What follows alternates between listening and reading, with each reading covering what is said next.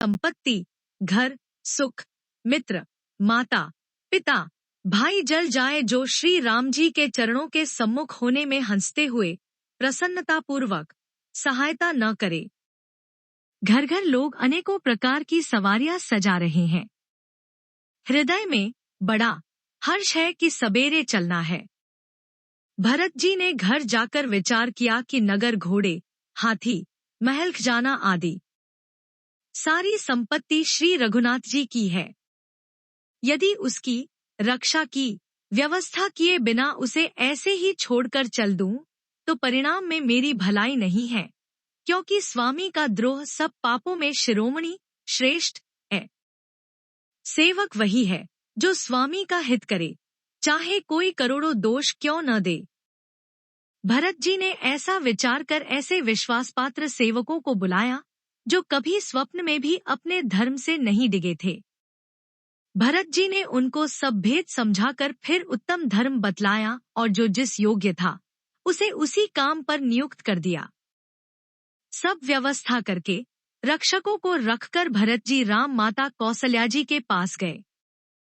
स्नेह के सुजान, प्रेम के तत्व को जानने वाले भरत जी ने सब माताओं को आर्त दुखी जानकर उनके लिए पालकियां तैयार करने तथा सुखासन यान सुखपाल सजाने के लिए कहा। नगर के नरनारी चकवेचकवी की भांति हृदय में अत्यंत आर्त होकर प्रातःकाल का होना चाहते हैं। सारी रात जागते जागते सबेरा हो गया। तब भरत जी ने चतुर मंत्रियों को बुलवाया और कहा, तिलक का सब सामान ले चलो। वन में ही मुनि वशिष्ठ जी श्री रामचंद्र जी को राज्य देंगे, जल्दी चलो। यह सुनकर मंत्रियों ने वंदना की और तुरंत घोड़े, रथ और हाथी सजवा दिए।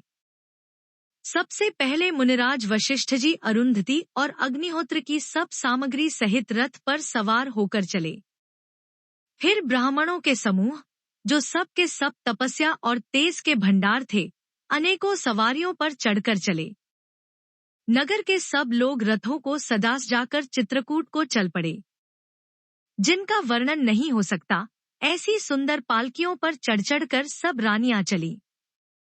विश्वासपात्र सेवकों को नगर सौंपकर और सबको आदरपूर्वक रवाना करके तब श्री सीताराम जी के चरणों को स्मरण करके भरत शत्रुघ्न दोनों भाई चले। श्री रामचंद्र जी के दर्शन के वश में हुए। दर्शन की अनन्य लालसा से सब नरनारी ऐसे चले मानो प्यासे हाथी थिनी जल को तककर बड़ी तेजी से बावले से हुए जा रहे हों। श्री सीता जी राम जी सब सुखों को छोड़कर वन में हैं। मन में ऐसा विचार करके छोटे भाई शत्रुघ्न जी सहित भरत जी पैदल ही चले जा रहे हैं। उनका स्नेह देखकर लोग प्रेम में मग्न हो गए और सब घोड़े, हाथी, रथों को छोड़कर उनसे उतरकर पैदल चलने लगे। तब श्री रामचंद्र जी की माता कौशल्या जी भरत के पास जाकर और अपनी पालकी उनके समीप खड़ी करके कोमल वाणी से बोली, हे बेटा, माता बलया लेती है, तुम रथ पर चढ़ जाओ, नहीं तो सारा परिवार दुखी हो जाएगा। तुम्हारे पैदल चलने से सभी लोग पैदल चलेंगे।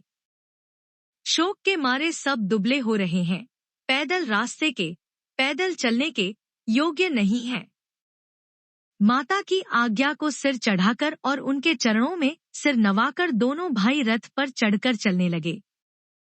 पहले दिन तमसा पर वास मुकाम करके दूसरा मुकाम गोमती के तीर पर किया। कोई दूध ही पीते, कोई फलाहार करते और कुछ लोग रात को एक ही बार भोजन करते हैं।